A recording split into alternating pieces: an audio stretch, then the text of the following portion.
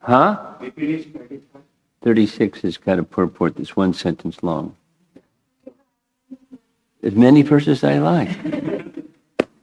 Okay. Text 36. Om Namo Bhagavate Vasudevaya.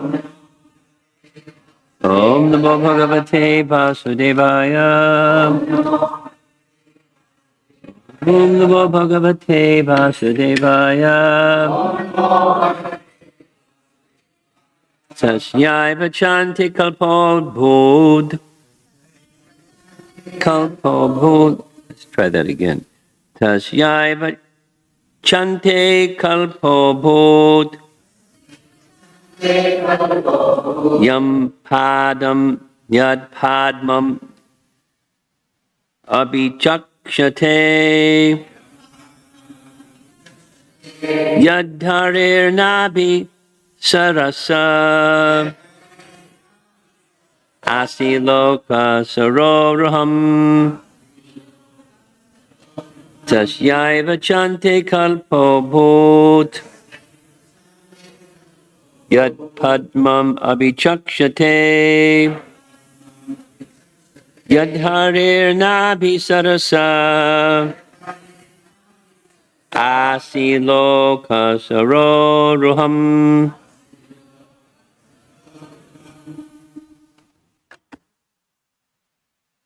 Tasyaiva chante kalpo bhut. Padmam abhichakshate. Yate nabi sarasa. Sirlokam saroruham.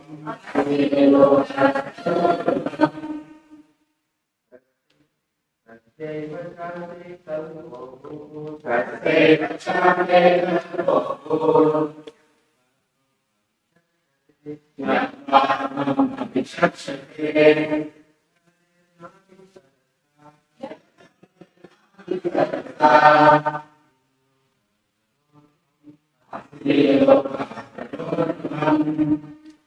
Ladies?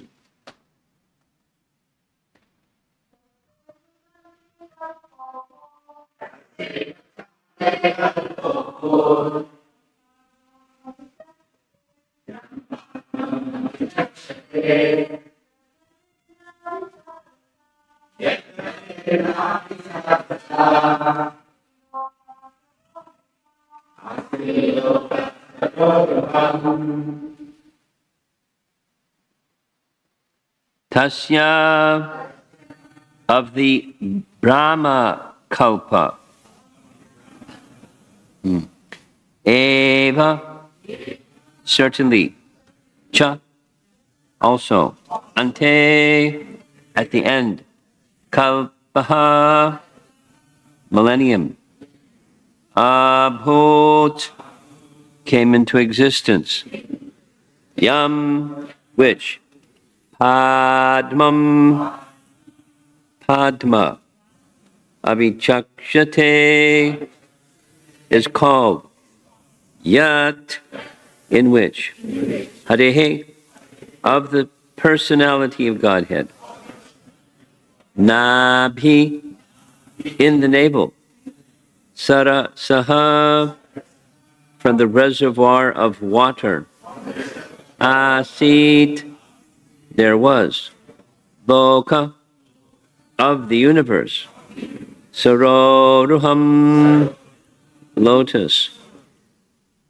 Translation, the millennium which follows the first Brahma millennium is known as the Padma Kalpa because in that millennium, the universal lotus flower grew out of the navel reservoir of water of the personality of Godhead Hari.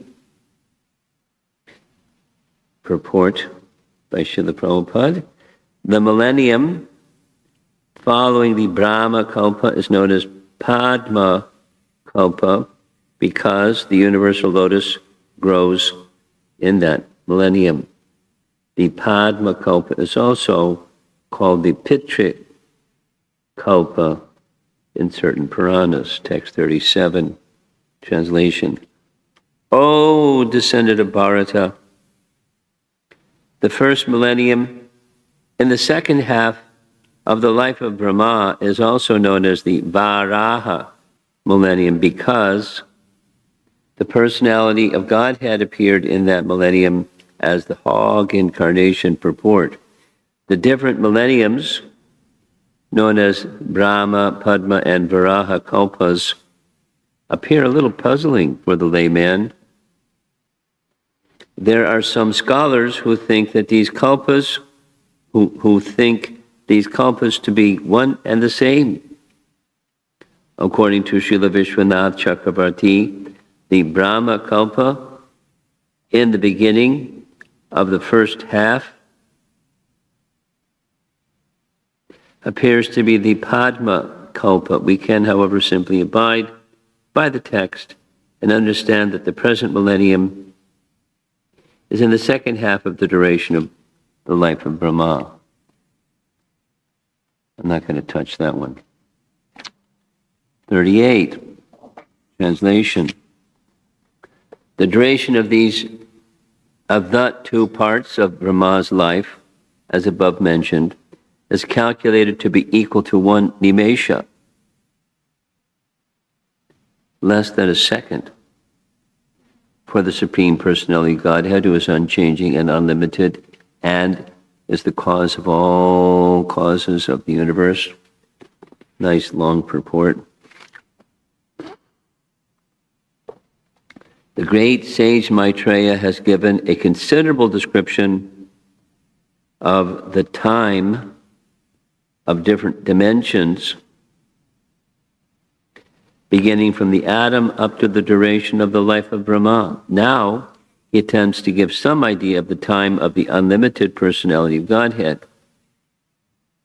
He just gives a hint of his, meaning the Lord's, unlimited time by the standard of the life of Brahma. The entire duration of the life of Brahma is calculated to be less than a second of the Lord's time, and it is explained in Brahma Samhita 548 as follows.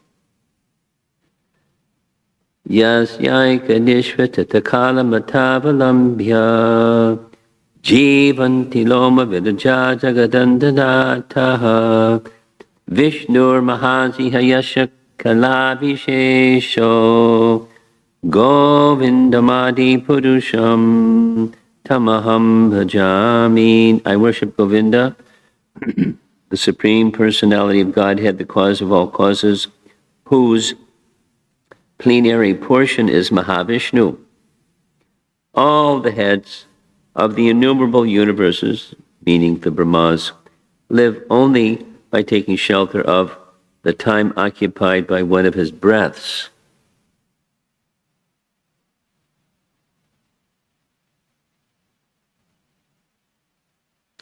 The impersonalists do not believe in the form of the Lord, and thus they would hardly believe in the Lord sleeping. Their idea is obtained by a poor fund of knowledge, semicolon. They calculate everything in terms of man's capacity. They think that the existence of the Supreme is just the opposite of active human existence. Because the human being has senses, the Supreme must be without sense perception. Because the human being has a form, the Supreme must be formless. Because the human being sleeps, the Supreme Lord must not sleep. The Srimad Bhagavatam, however, does not agree with such impersonalists. It is clearly stated here that the Supreme Lord rests in Yoga Nidra, as previously discussed. And because he sleeps, naturally he must breathe. And the Brahma Samhita confirms that without his breathing period, within his breathing period, innumerable Brahmas take birth and die. Paragraph. There is complete agreement between Srimad Bhagavatam and Brahma Samhita. Eternal time is never lost. along with the life of Brahma. It continues, but it has no ability to control the Supreme Personality of Godhead because the Lord is the controller of time. In the spiritual world, there is undoubtedly time, but it has no control over activities. Time is unlimited, and the spiritual world is also unlimited, since everything there exists on the absolute plane.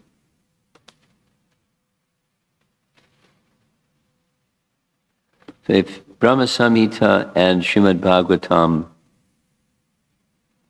are identical, it means one breath of the Lord is one nimesha. Correct? You caught it? I hope you have as many astute persons here. And what's nimesha? Less than a second. There's another reference in this chapter, the blink of an eye.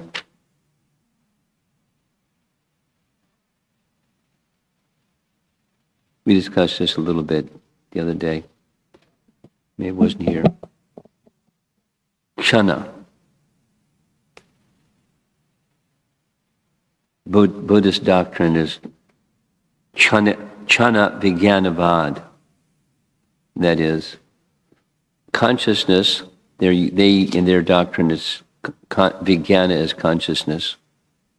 Not exactly the word that we use, but Chanak Vijnanavad, the doctrine, Vada, of consciousness is momentary. Chanak Vijnana. Because before that there isn't, and then after that there isn't, so all there is the moment. So nimesha is something similar. I forget which divisions, how many of this makes one of those, and how many of those make some of the next one. But they're all less than a second, whatever the divisions are. So back to this text. This text, 38,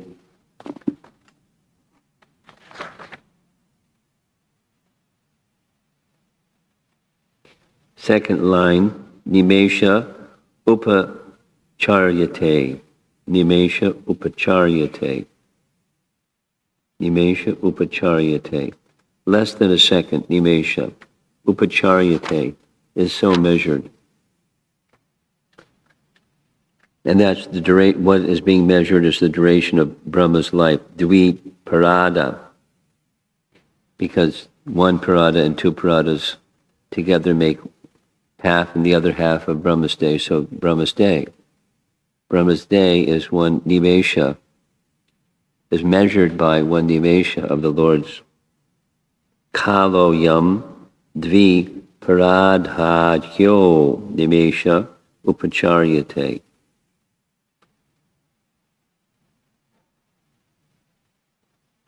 Brahma's life is measured by one nimesha of the Supreme Lord, Hari.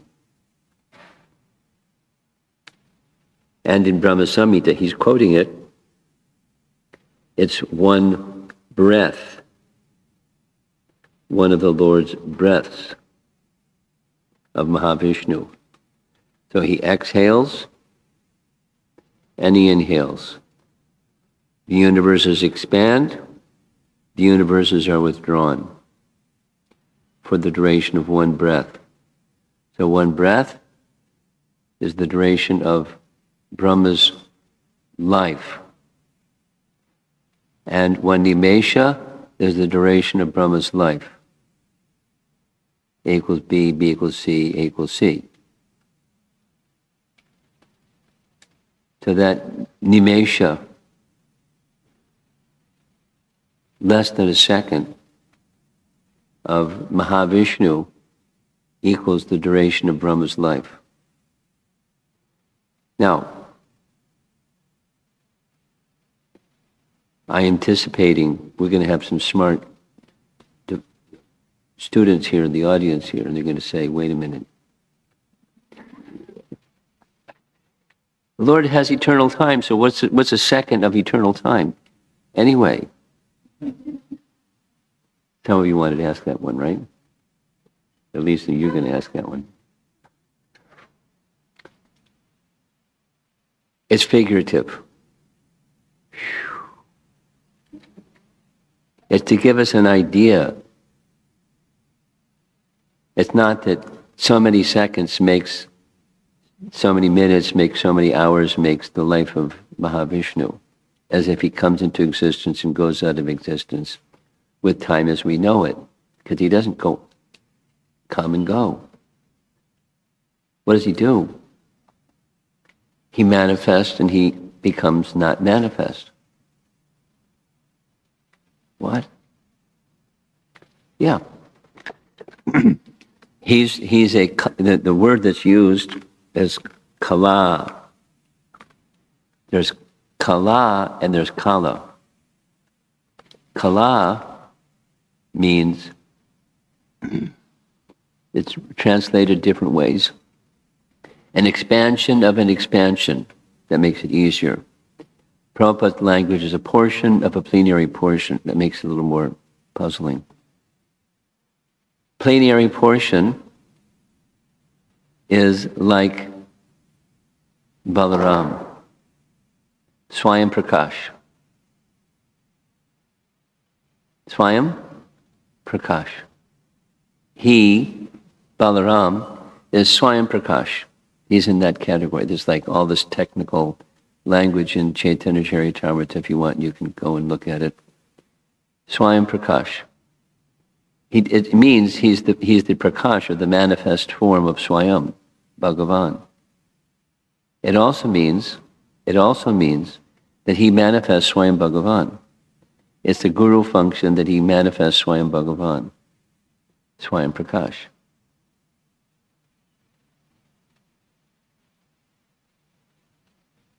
And then Swayam Prakash manifests expansions of himself. First the Chaturvyuha and Narayan, and then from Narayan the forms of Vishnu. So Kala, a portion of Swayam Prakash. So what's the distinction between Swayam Prakash and Swayam Bhagavan? The distinction, expressed in simple languages, their color. And otherwise, the same. Now there is another difference, and that other difference is a detail, but it's nice. Swayam Prakash is in the mood of service of Swayam Bhagavan. Always. He is equal, and yet take the position, by his very nature, take the position of servant. So Balaram loves to serve. And does he serve? He serves in all the rasas. And Balaram expands himself in different ways so he can serve in different rasas. And it's quite okay because he's Balaram. He's Swayam Prakash. And all others' mood of service are derived from him. Resting within him or upon him. And that's living entities. They're angsas of the Supreme that also bear the same mood of service. And they're angsas, they're parts, fragmental parts.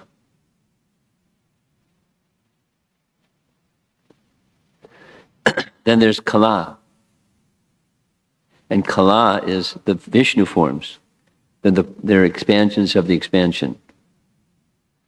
And specifically, the Vishnu forms, Mahavishnu, Garbhodakshay Vishnu, Kshirodakshay Vishnu, they're eternal, and they have a function. What's that function? In relation to creation, they manifest, they maintain, and they withdraw. Especially they're noted for their maintenance. But even the ability to manifest and to withdraw, the function of Brahma and Shiva, are derived from Vishnu. Conversely, they don't have the capacity to build create a universe without being invested with the potency to do that. And to destroy, there's no independence of any entity upon the one supreme independent. They're dependent. And they have a function. Vishnu's function is in relation to creation. Let's say Narayan doesn't have that function, or it's the function of the Vishnu tattvas, the Purusha avatars. And they're eternal, but sometimes in a manifest state, like when the universes are withdrawn. When the universes are withdrawn, because that's an event in time, as we know it, then the manifestation of the universe is gone. Wait a minute. What about the planet in which Shrinakshay Vishnu resides? Is that withdrawn? That part remains. Not created, not destroyed. But it can be manifest, not manifest. Potentially, because it's a potency of the Supreme Lord for the purpose of creation. Gets a little delicate. That which is eternal being manifest and sometimes not manifest, but it's quite okay. Delicate is fine with spiritual subjects.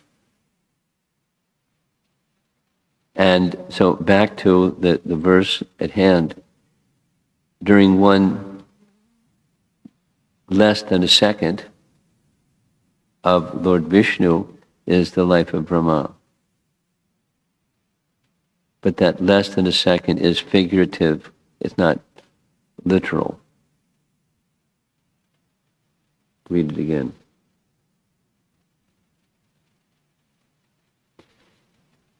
Maitreya now attempts to give some idea of the time of the unlimited personality of Godhead. He just gives a hint of his unlimited time.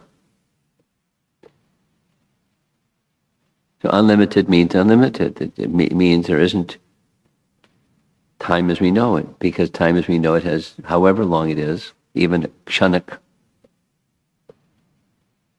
has a beginning and an end. So but the time of the Supreme Lord is without limit. Everything in relation to the Supreme Lord is unlimited because all of the absolute nature, and therefore this perplexing how to understand a topic of eternal time and events that occur, or lila that occurs within the realm of eternal time. It's something that our little binary processor can't figure out. And just shrug your shoulders and say, okay,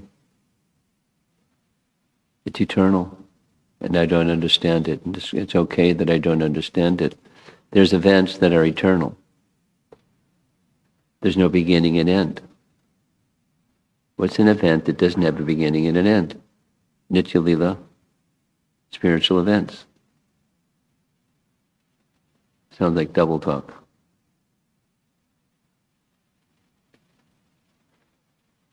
But it's not nirvachaniya, it's not explicable. One can speak about it, but to realize it is different than speaking about it. It's an event that doesn't have beginning and end. But it's an event.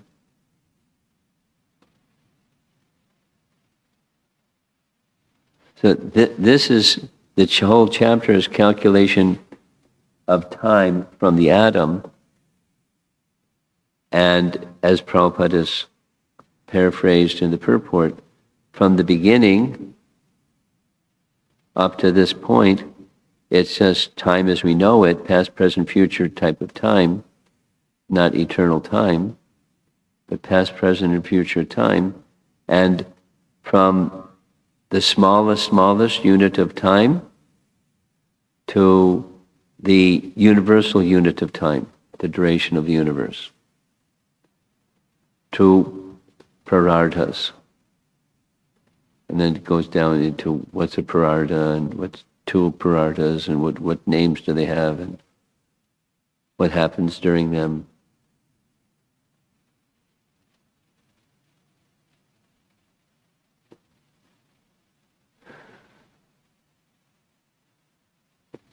It's a science.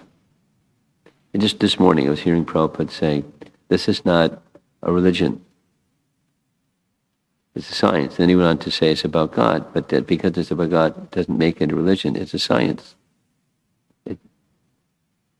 From the discussion yesterday, verifiable, as in science is verifiable. People believe in science because you can reproduce it again and again and again, and therefore verifiable, therefore believable. We don't need to replicate yesterday's discussion, but it's on authority. We accept it because to understand anything, there has to be an authority for that understanding. And we accept the authority of the Vedas. And there's reason behind our accepting the authority of the Vedas. But back to the principle, you have to accept some authority to have knowledge. Pramana is needed for knowledge. Evidence is needed for knowledge. So what's the evidence? The Vedas. What's the Vedas? We heard yesterday. Vedas it's manifest from the Supreme Lord at the time of Brahma's appearance, at the time of each universe. There's this sound, the Vedas, within the universe for Brahma to hear and to deliver. We accept that because the source is the infallible source. And then comes this whole thing. Why take knowledge from a fallible source? Because that's not what knowledge is. It has mistakes, subject to illusion, cheating, etc., imperfect senses. So that's not what real knowledge is, and we don't rely on that. They can say something, but it's not reliable. In course of time, the science theory has to adjust and then adjust and then adjust because it's imperfect. So what's knowledge that's perfect? It's knowledge that comes from the perfect. So is that just your belief system? Well, in one sense, yes. In another sense, no. And the other sense, no, is it's verifiable. But you have to have a capable person to verify. That's a whole other. Without brahmanas, qualified brahmanas, then someone that's not a qualified brahmana, can they verify? Or for that matter, disprove?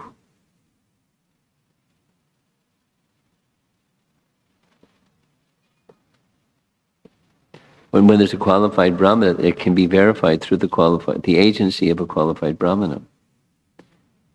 And therefore, how important? That's 3 times. How important are qualified brahmanas? And they're quite rare.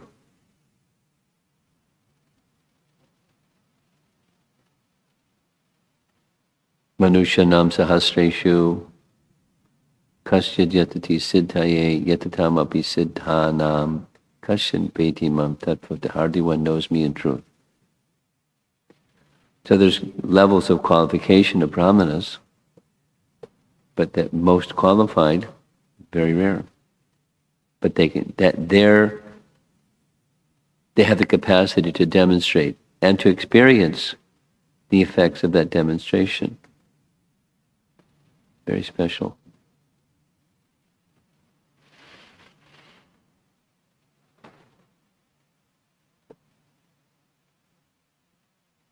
And one of the references that Prabhupada would make is not only the Vedas say, but stalwart acharyas through the course of history, they accept.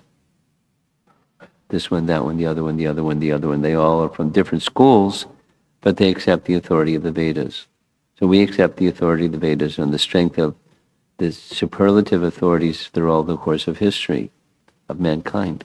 They accept the Vedas, and they accept that Krishna is the purpose of the Vedas. Knowing Krishna is the purpose of the Vedas.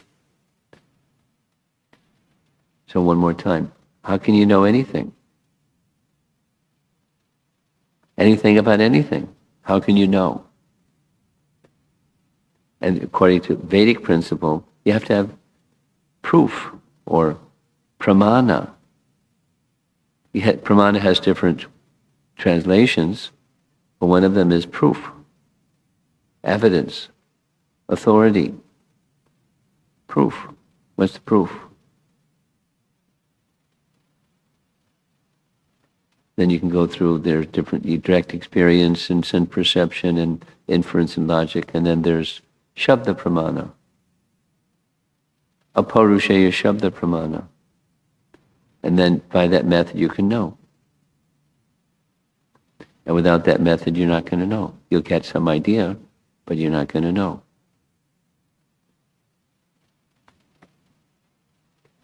I'm bringing this up in part because it fits the topic. The topic is something that, how are we going to verify the time it takes for the sun to cross one atom?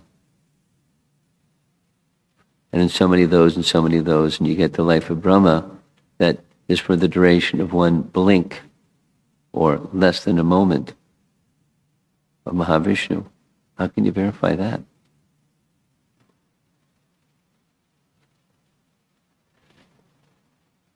On the authority of the Vedas. And qualified brahmanas are the access to that proper understanding of the Vedas. And without that authority, the Brahmanically qualified persons, then we're left guessing. Or then we have to come up with, if we say that's not it, then what's it? And then you get another imperfect model, whichever it might be. Then you still don't know. If you're honest, you don't know.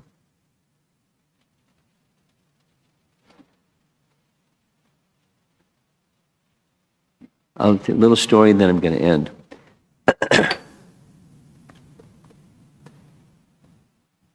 The high school that I attended, I don't know what goes on here in Naperville, but the high school that I attended, it was one of the things that happened every year.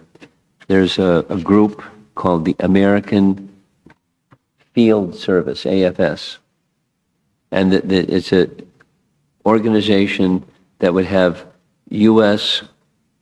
seniors in high school go to some school, and from some other international, and some other international person would be invited to come to your school.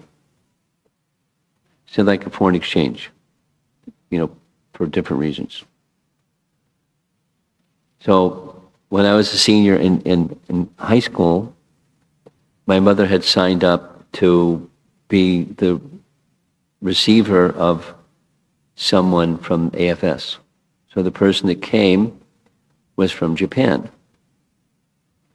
His name was Ken Ijiri. Name still is Ken Ijiri.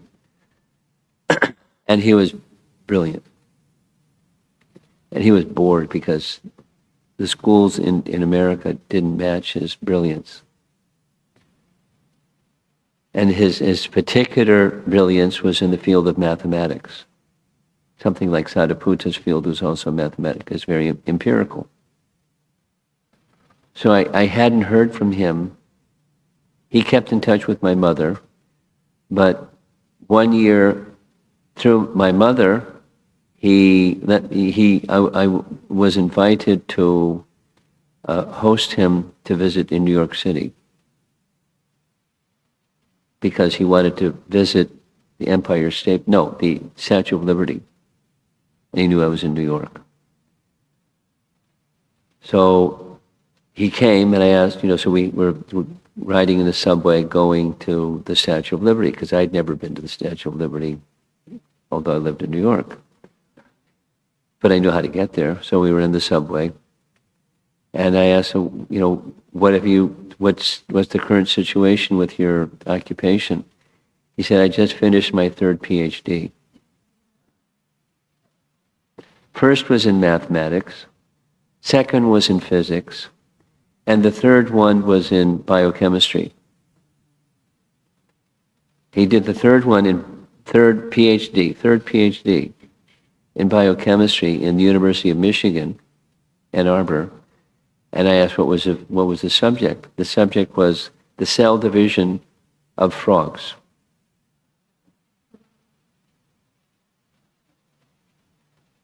Put together math, physics, and biochemistry. So his assignment was to study how does one cell of a frog become two cells. How does it happen? With those math. I didn't ask him what his conclusion was. I asked him, what if the way that it happens has something to do with the spirit soul enters? Open-ended question. He gave a very honest answer. He said, as a scientist, we can't even talk about that. I mentioned it yesterday. In science, you just don't talk about that topic.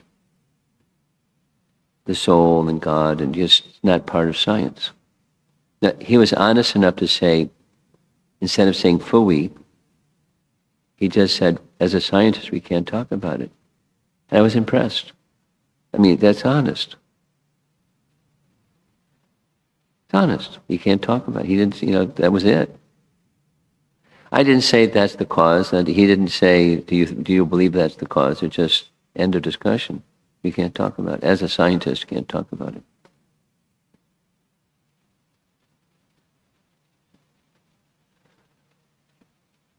So there's boundaries, like rules of the game for science.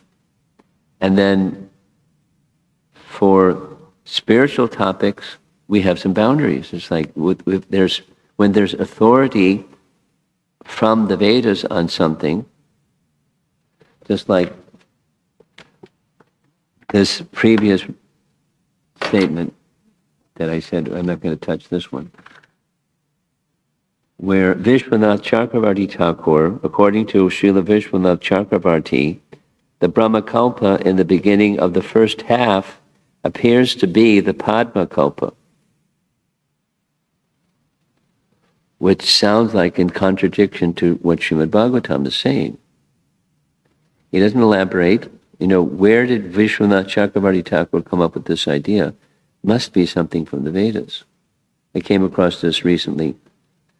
He's not going to say something without the authority of the Vedas.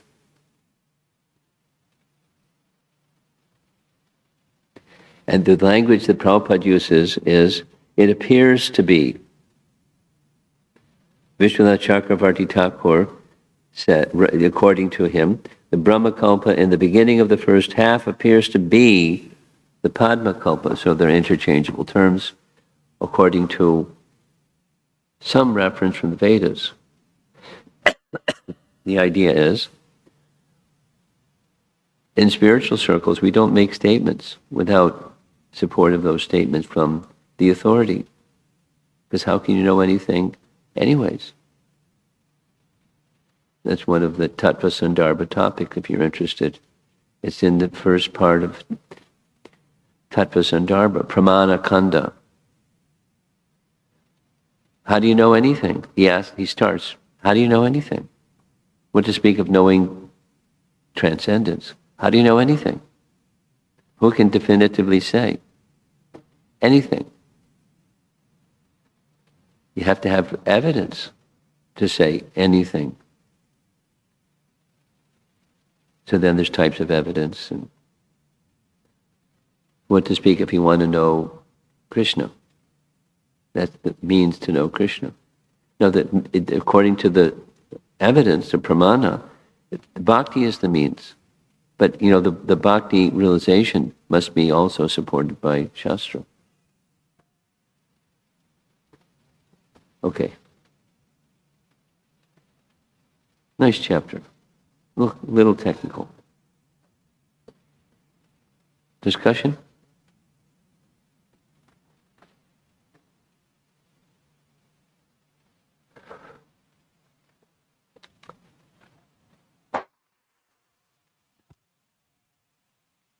Hare Krishna Guru Maharaj. This morning discussion is very fascinating, very beautiful, and very helpful, particularly this last aspect you're touching upon. For me, it's very binary. Either I'll have to use my intelligence and understand completely. If I can't get it, forget about it, shut off, and just keep going. But it's very beautiful that we have to use, it's not a blind faith.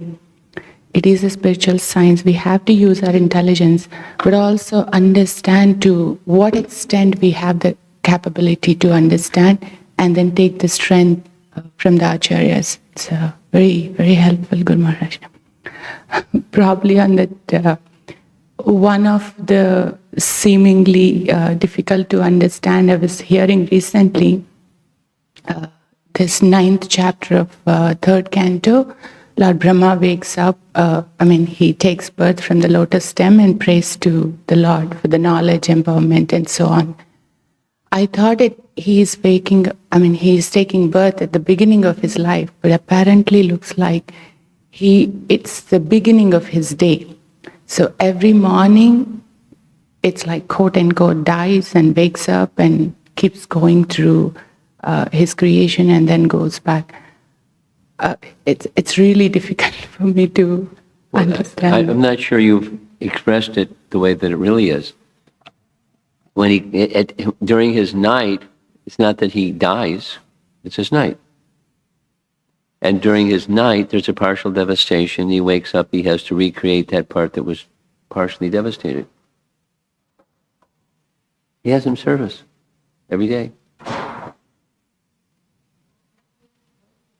No. He wakes up. And he does his sadhana. And then he does his seva.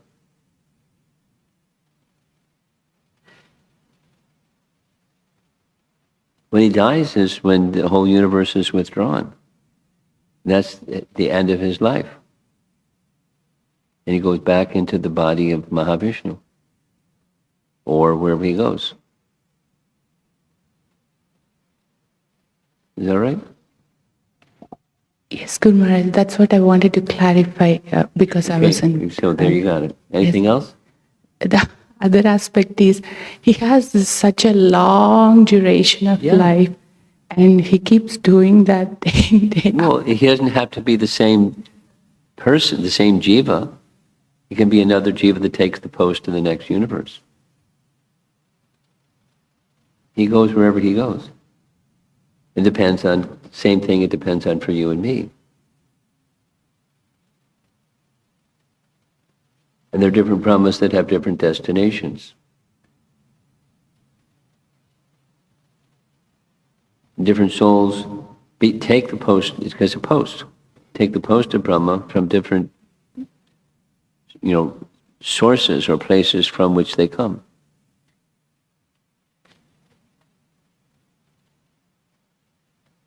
It's complex, but go through the exercise of studying that topic if you're interested in that topic, and you'll find there's a lot. And the ultimate controller is the one independent Supreme Lord, and Brahma is dependent. Okay? Behind you. I was listening to a seminar that Radhika Raman Prabhu gives, a yearly seminar at ISV. And this year the topic was engaging with the world. And he listed out different points that Vaishnavas aren't engaging enough with the world. And he quoted one scholar who said, oh, look at Vaishnavas. They worship a God who sleeps through creation. I was hoping he would, counter that in the seminar, but that didn't happen. But I was wondering if you have a comment I don't know who the scholar is and what exactly he I said. don't either. It's not just nidra, it's yoga nidra. It's mystic slumber. He's not zonked out like we. It's not like, we forget our daytime when we're asleep at night. He's not like that. His yoga nidra is he's enjoying, according to Srimad Bhagavatam, he, Mahavishnu, is enjoying pastimes with his internal potency internally. She's not manifest externally. There's no Lakshmi or Rama Devi at his feet, massaging his feet and doing what she does for other forms of Vishnu or forms of Narayan. She's inside, whatever that means exactly. She's within the form of Mahavishnu, and they're enjoying pastimes together. You're not zoned out, sleeping through creation. So now, what you might ask, or Radhika Raman might ask, or somebody might ask, oh, could you describe those internal pastimes with Mahavishnu that Rama Devi is doing? I don't have that answer.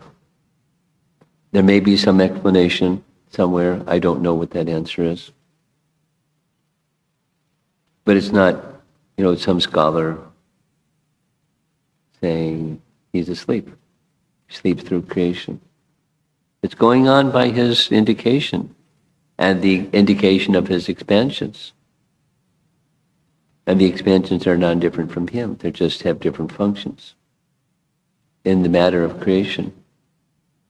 He's not asleep in the normal sense. Yoga nidra. Something else? You have something? Hare Krishna Maharaj. In the spiritual world, time has got the quality of not passing away even for a fraction of a second, right? Go ahead. And so here it is said that in the spiritual world, there is undoubtedly time. Yeah. But it has no control over activities. So what does it mean? That? It's lila. What's the internal potency? Agency by which activity takes place.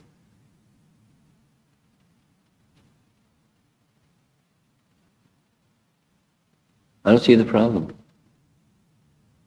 There's no control of time because, we say it conversely, here, time controls stuff. You can't just I want to build the temple, and you wave a magic wand and the temple is built. Maybe somebody can do it, but we can't do it. But even that, let's say Brahma creates, it takes time. And etc. It's dependent, the resources, the intelligence, the endeavor, the everything is all dependent. In his case, it's independent. So there's activity, yes, but there's no passage of time. So the activity isn't dependent upon time. What's it dependent upon? The Lord's will. He doesn't need time to do stuff. For the mature creation, it's just part of the rule. Like someone was asking, why is time cyclical? It's just the Lord's plan. It's part of creation, maintenance, and dissolution. 3 modes of nature, and gives everybody something to do. More? Okay. Guru Maharaj, within the material realm, the personality whom we know has the most unfathomable, puzzling scales of time is Lord Brahma. And now hearing about how insignificant in the grand scheme of things his lifespan is, just a breath of the Lord is a very sobering understanding. Yeah. It helps to bring some perspective for us in our lives, where there's reversals or there's negative emotions, and we're so caught up in that. Beyond the mind's capacity to fathom doesn't mean it doesn't exist, because we can't fathom it. So, sitting in a class, it's really easy to have this perspective on how insignificant are our And moments. then of comes strength. life, and we become very significant. Yes, and so I'm wondering, what does that cultivation look like in the moment of struggle? Having this perspective on, this too shall pass. It's Krishna's mercy, and one becomes eligible in different ways for Krishna's mercy by cleansing and qualifying the seat of consciousness for Krishna's mercy, and then it can sustain even through crisis or trauma or something difficult, something even something pleasant. The flip side, one can become forgetful just because it's really nice. So it's Krishna consciousness. It's in short, having the mercy of Krishna, that there was a phrase about Queen Kunti. You remarked on it, I think. Someone did. Completely dependent. And if you're completely dependent, it's not circumstantial, it's completely dependent. Completely dependent doesn't mean you're a wimp. It just means whatever it is that you think and feel and will and do is dependent. And such personalities Krishna works through to do what he wants. And then there's people that have what they want, and then they get a chance to do what they want. He works both ways for him. But the happiness, sva-sukhatvam, the happiness of a living entity is made available for those who are feeling completely dependent, not feeling. Their consciousness is completely dependent. That's advanced. Krishna consciousness. So, you want to say anything further? The last slide you presented yesterday was just brilliant, a Prabhupada's statement of dependence and valor, and how Prabhupada's life was such an example of that. It's just mind-blowing. And especially when we're mindful, but as you read, you can become more mindful of the obstacles that he met. And you're unflinching.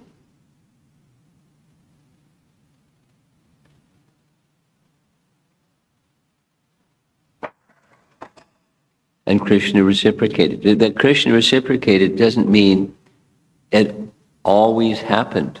I mean, what a classic example, because I spent so much time, so many times, the light of the Bhagavad. It never happened during his lifetime. But he wasn't disturbed, and it happened later. And it was even after his departure it happened later, but that's okay. He wasn't disturbed. It was an offering of service, and the result was up to Krishna, and Krishna didn't give the result, and he wasn't like, hey, Krishna, I did all this. Where's the result? Obstacle after obstacle after obstacle. Unwavering.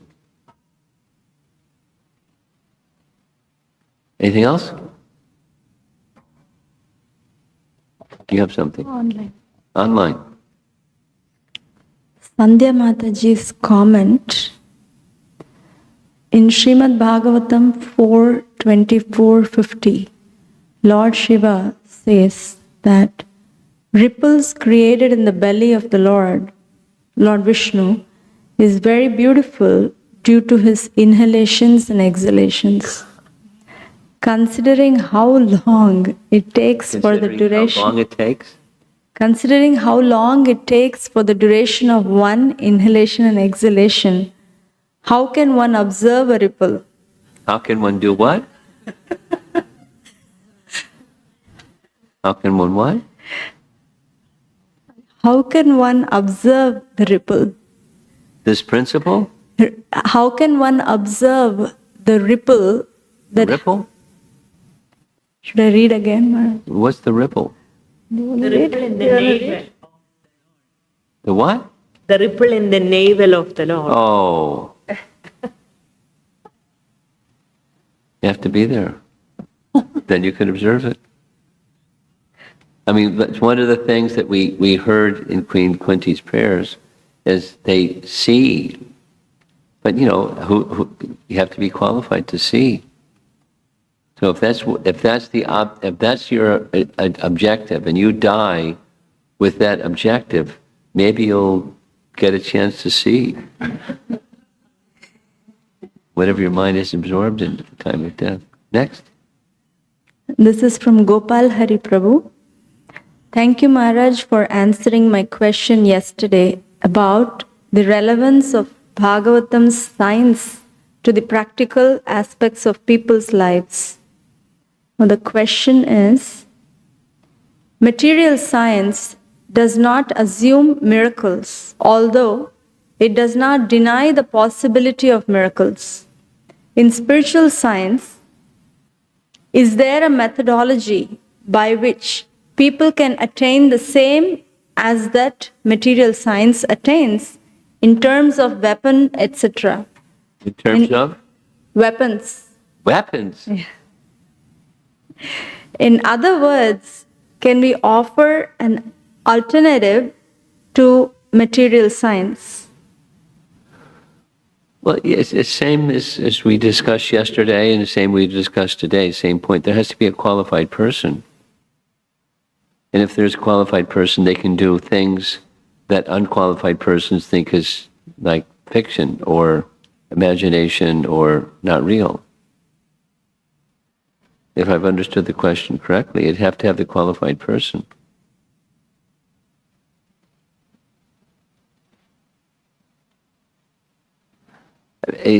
For example, two examples.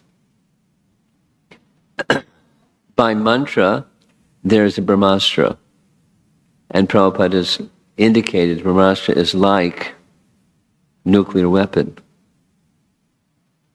But it can be manifest as a heat weapon by mantra. Or the second one is by mantra to ignite arani wood. Arani wood, from as far as I've understood, arani wood is a particularly hard wood. Like, you know, in the West it's oak or something like that, hardwood. It's really extra hard to ignite hardwood. So they use arani wood to see if the brahmanas by mantra can ignite it. Not like balsa wood or leaves or something. It's really difficult. So by mantra, so you have to have a qualified person.